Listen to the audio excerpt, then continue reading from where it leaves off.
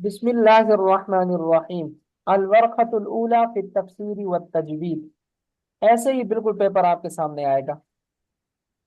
السوال الاول، پہلا سوال. الشق الاول لکل امرئ منہم یومئذ شأن یغنی وجوہ یومئذ مسفرہ ضاحکۃ مستبشرہ ووجوہ یومئذ علیہا غبرہ ترہقها قطرہ اولئک هم الکفرۃ الفجرہ. اب یہ تو ہے جی عربی عبارت آ گئی. آیات مبارکہ کا سلیس ترجمہ اور تفسیر تحریر کریں. خط کشیدہ الفاظ کے صیغے اور باب ذکر کریں. پہلی آیت کی نحوی ترکیب لکھیں. اس میں جو سب سے اہم ہے وہ یہ ہے، آیات مبارکہ کا سلیس ترجمہ اور تفسیر. سب سے زیادہ نمبر بھی اس کے ہوتے ہیں، تقریباً 15 نمبر اس کے ہوتے ہیں. یہ پہلا ہمارا سوال ہوگا جو ہم نے حل کرنا ہوگا. اچھا، آپ نے سوال کو حل کرنے کی ترتیب یہی رکھنی ہے. جیسے انہوں نے کہا خلاصہ سوال، اس سوال میں 4 امور مطلوب ہیں تاکہ سوال جب آپ حل کرنے لگے تو چیک کرنے والے کو کوئی مشکل نہ ہو. تو آپ اگر سوال وغیرہ کچھ بھی نہیں لکھتے تو آپ اوپر یہ اتنا ہی لکھ دیں کہ السوال الاول، پہلا سوال. یہ نیچے والی عبارت آپ بے شک نہ لکھیں جب آپ حل کرنے لگے. آپ اپنے پیپر سے یہاں سے آغاز کریں. خلاصہ سوال، اس سوال میں 4 امور مطلوب ہیں. اچھا، السوال الاول بھی آپ نے لکھنا ہے. اور اگر آپ اپنی جوابی کاپی پر جواب لکھتے ہوئے صرف جواب لکھنا چاہ رہے ہیں، سوال نہیں لکھنا چاہ رہے، اور سوال لکھنا بھی نہیں چاہیے، تو السوال الاول، پھر اس کے بعد جو شق آپ حل کر رہے ہیں وہ شق بھی ضرور لکھنی ہے کہ میں شق نمبر 1 حل کر رہا ہوں یا میں شق نمبر 2 حل کر رہا ہوں. السوال الاول الشق الاول، کہ پہلی شق میں حل کر رہا ہوں. نیچے یہ عبارت بے شک آپ نہ لکھیں. اس سوال میں 4 امور مطلوب ہے: آیات کا ترجمہ، آیات کی تفسیر، خط کشیدہ الفاظ کے صیغے اور باب، پہلی آیت کی ترتیب. جواب، اب جواب شروع ہو رہا ہے. آیات کا ترجمہ: ہر شخص کی اس دن ایسی حالت ہوگی جو اسے اوروں سے بے پرواہ کر دے گی. لکل امرئ منہم، ہر شخص کی اس دن ایسی حالت ہوگی یغنی ہی، جو اس کو دوسروں سے بے پرواہ کر دے گی. بہت سے چہرے اس دن روشن ہنستے ہوئے خوش خرم ہوں گے اور بہت سے چہروں کو اس دن خاک پڑی ہوگی. چڑھی ہوئی ہوگی ان پر سیاہی، یہی لوگ کافر بدکار ہوں گے. اچھا، یہ ہمارا ترجمہ اب مکمل ہو گیا. اب آیات کی تفسیر. اچھا، یہ دیکھیں تفسیر انہوں نے اتنی کی ہے، 1 2 3 4 5 6 7 لائنوں میں تفسیر انہوں نے مکمل کر دی. اب جان بوجھ کر تفسیر کو لمبا کر دینا جس کا کوئی فائدہ نہیں ہے، ایسی تفسیر بالکل نہیں لکھنی آپ نے، نہیں تو ممتحن تفسیر کا 1 نمبر بھی آپ کو نہیں دے گا. آپ نے اتنی ہی تفسیر لکھنی ہے جتنی تفسیر مطلوب ہے. بس آپ کی بات 4 لائنوں میں پوری ہو رہی ہے تو ٹھیک ہے، 5 لائنوں میں پوری ہو رہی ہے تو ٹھیک ہے، بات ختم ہو گئی. ایسے جان بوجھ کر آپ اس کو لمبا کر رہے ہیں، ایک شیٹ لگا رہے ہیں، دوسری لگا رہے ہیں، تیسری لگا رہے ہیں، جس کی کوئی لینا دینا نہیں ہے سوال کے ساتھ، تو ایسی لمبی تشریح آپ نے نہیں کرنی. گزشتہ آیات میں وقوع قیامت، نفخ سور، سور پھونکنے کا ذکر تھا، کیونکہ اس سے پیچھے والی آیات کون سی ہے؟ اس سے پیچھے والی وہ آیت ہے نا، فَإِذَا جَاءَتِ الصَّاخَّةُ، فَإِذَا جَاءَتِ الصَّاخَّةُ يَوْمَ يَفِرُّ الْمَرْءُ مِنْ أَخِيهِ وَأُمِّهِ وَأَبِيهِ وَصَاحِبَتِهِ وَبَنِيهِ. تو فَإِذَا جَاءَتِ الصَّاخَّةُ، اس میں چونکہ سور پھونکنے کا ذکر ہے. ان آیات کا تعلق اسی مضمون سے ہے. مطلب یہ ہے کہ قرآن ایک یادداشت اور نصیحت ہے. جب سور کی ہیبت ناک آواز آئے گی تو اس وقت نصیحت یعنی دعوت ایمان قبول کرنے والوں کا حال نصیحت قبول نہ کرنے والوں سے مختلف ہوگا. نصیحت قبول کرنے والوں کے چہرے ہنستے مسکراتے خوش و خرم ہوں گے، اور نصیحت قبول نہ کرنے والوں کے چہرے غبار آلود، رسوا اور ذلیل ہوں گے. پھر آخری آیت میں ان کی تعیین بھی کر دی کہ یہ کافر اور فاجر لوگ ہوں گے. اچھا، یاد رکھیں تفسیر یاد کرنے کا سب سے آسان طریقہ یہ ہوتا ہے کہ آپ کو سورت کا خلاصہ یاد ہو. جب آپ کو سورت کا خلاصہ یاد ہوتا ہے تو اسی خلاصے کے اندر آپ اگر ترجمہ بھی ایڈ کر دیتے ہیں تو تفسیر ہو جاتی ہے. اب یہ دیکھیں نا، انہوں نے پوری سورت کا خلاصہ ہی بیان کیا ہے، کیونکہ اس سورت کے اندر وہ لفظ آ رہا ہے کلا انہا تذکرہ فمن شاء ذکر فی صحف مکرمہ مرفوعۃ مطہرہ. یہ قرآن جو ہے سراسر نصیحت ہے.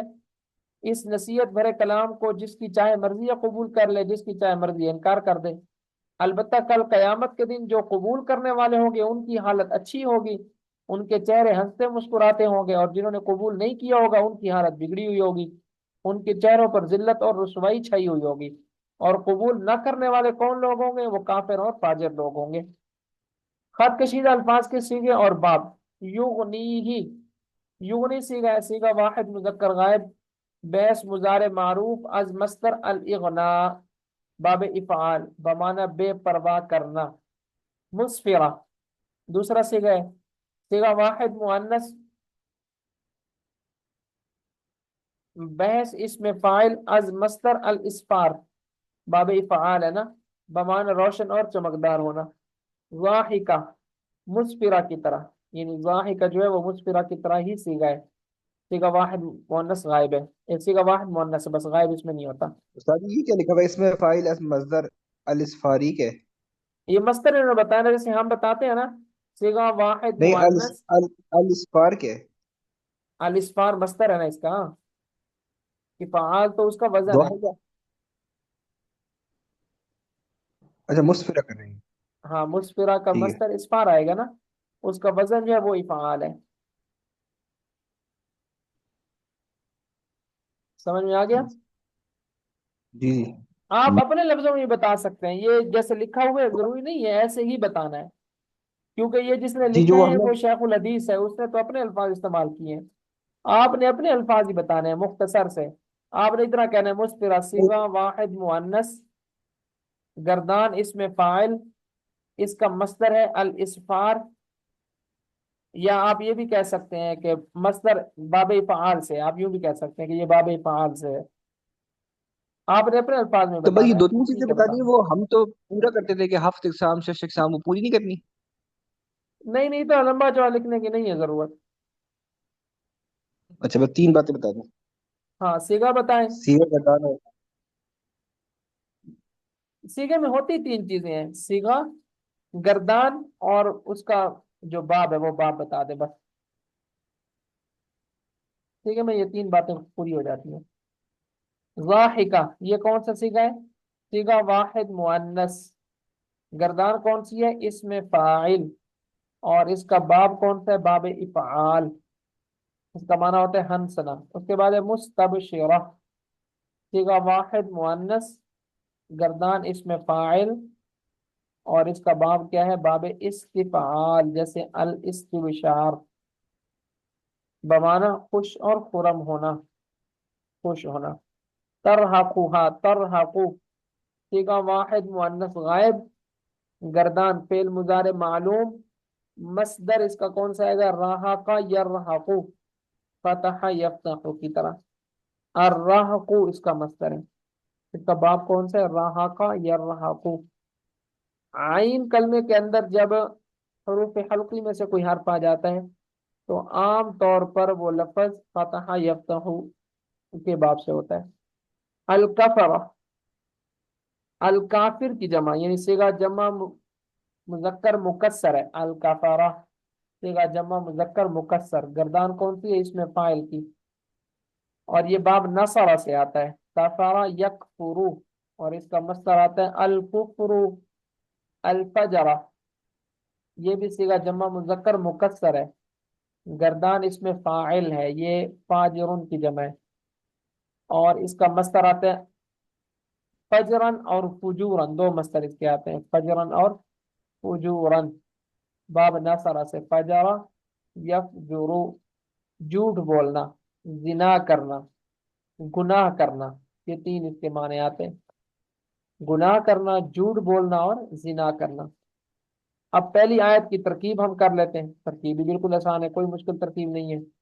لکل امرئ اور منہم دونوں کائنن کے متعلق ہو کر خبر مقدم، لام حرف جار ہے نا، کلی مضاف ہے، امرئ مضاف الیہ، مضاف مضاف الیہ مل کر لام حرف جار کا مجرور ہے، جار مجرور مل کر کائنن کا متعلق اول ہے، اور منہم جار مجرور مل کر کائنن کا متعلق ثانی ہے۔ اچھا یہ ضابطہ بھی بتا چکا ہوں، یہ ضابطہ بھی آپ نے انشاءاللہ یاد کیا ہوا ہوگا کہ جب جار مجرور کے بعد نکرہ آ جائے تو جار مجرور خبر مقدم بنتا ہے، تو ہم اس جار مجرور کو کائن سے متعلق کر کے خبر مقدم بنائیں گے، اور شأن کو ہم موصوف بنا رہے ہیں، کیوں بنا رہے ہیں وہ ضابطہ بھی آپ پڑھ چکے ہیں۔ شأن نکرہ ہے، آگے یغنی فعل ہے، اور نکرہ کے بعد جب جملہ آ جائے چاہے جملہ فعلیہ ہو یا اسمی، اور نکرہ موصوف بنتا ہے۔ تو نکرہ موصوف شأن اور یغنی فعل، اس میں ہوا ضمیر فاعل، ہو ضمیر مفعول بھی، فعل اپنے فاعل مفعول بھی اور مفعول بھی مقدم سے مل کر جملہ فعلیہ خبریہ ہو کر صفت، موصوف صفت مل کر مبتدا مؤخر، مبتدا خبر سے مل کر جملہ اسمیہ خبریہ۔ الشق الثانی، اب ہم دوسری شق کی طرف چلتے ہیں۔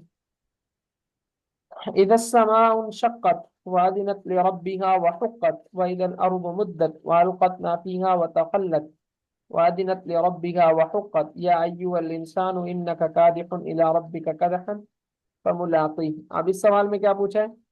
آیات مذکورہ کا ترجمہ اور تفسیر تحریر کریں، خط کشیدہ کلمات کی لغوی اور صرفی تحقیق ذکر کریں، انک کادح الی ربک کدحا کا مطلب واضح کریں، نیز فملاقی میں ضمیر مجرور کا مرجع متعین کریں۔ اب ہم خلاصہ سوال دیکھیں، اس سوال میں 5 امور مطلوب ہیں: آیات کا ترجمہ، آیات کی تفسیر، خط کشیدہ کلمات کی لغوی اور صرفی تحقیق، جملہ مذکورہ کا مطلب، ضمیر مجرور کا مرجع۔ اب یہ ساری چیزیں ہم نے پڑھی ہیں، کوئی چیز بھی ہم نے چھوڑی ہوئی نہیں ہے۔ سب سے پہلے ہم آیات کا ترجمہ کر لیتے ہیں۔ اذا السماء انشقت، جب آسمان پھٹ جائے گا، وَأَذِنَتْ لِرَبِّهَا وَحُقَّتْ، اور سن لے گا اپنے رب کے حکم کو، اور حق یہی ہے۔ وَإِذَا الْأَرْضُ مُدَّتْ، اور جب زمین کھینچ دی جائے گی، وَأَلْقَتْ مَا فِيهَا وَتَخَلَّتْ، اور ڈال دے گی وہ ان چیزوں کو جو اس میں ہیں اور خالی ہو جائے گی۔ وَأَذِنَتْ لِرَبِّهَا وَحُقَّتْ، اور سن لے گی اپنے رب کے حکم کو، اور حق یہی ہے۔ یا ایھا الانسان انک کادح الی ربک کدحا فملاقیہ، اے انسان بے شک تو اپنے رب کی طرف چلا جا رہا ہے، پس تو جا ملے گا اس کو۔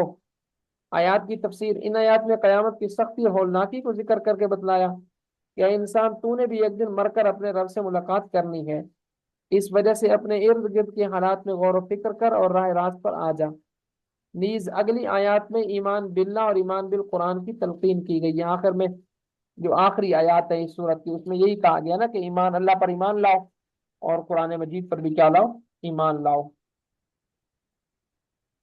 خط کشیدہ کلمات کی صرفی اور لغوی تحقیق، صرفی تحقیق مطلب صیغہ بتانا ہے، اور لغوی تحقیق اس کا معنی بتانا ہے۔ ان شقت،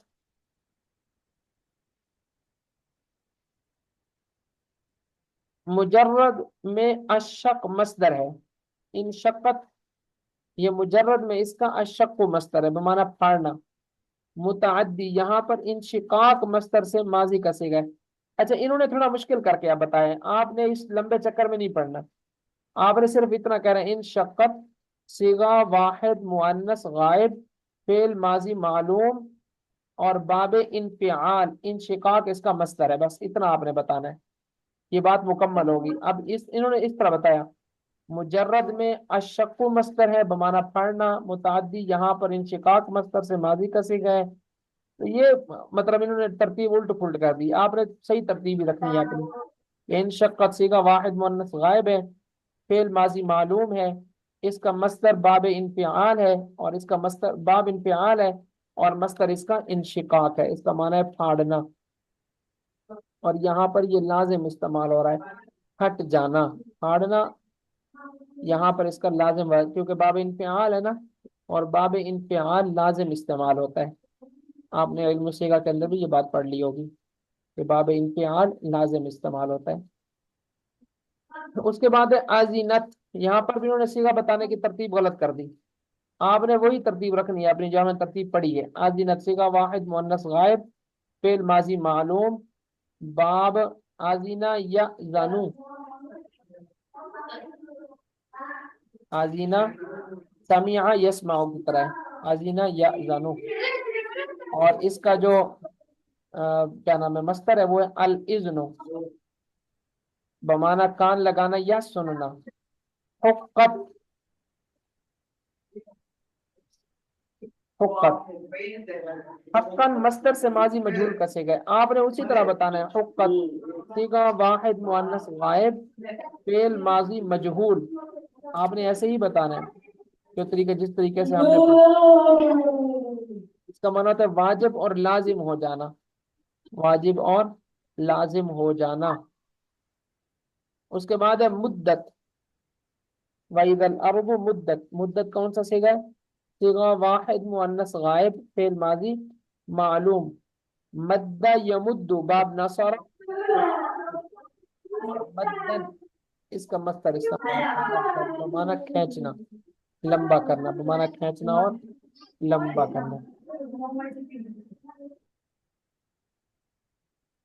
اچھا جی، اس کے بعد ہے القت، صیغہ واحد مؤنث غائب فعل ماضی معلوم،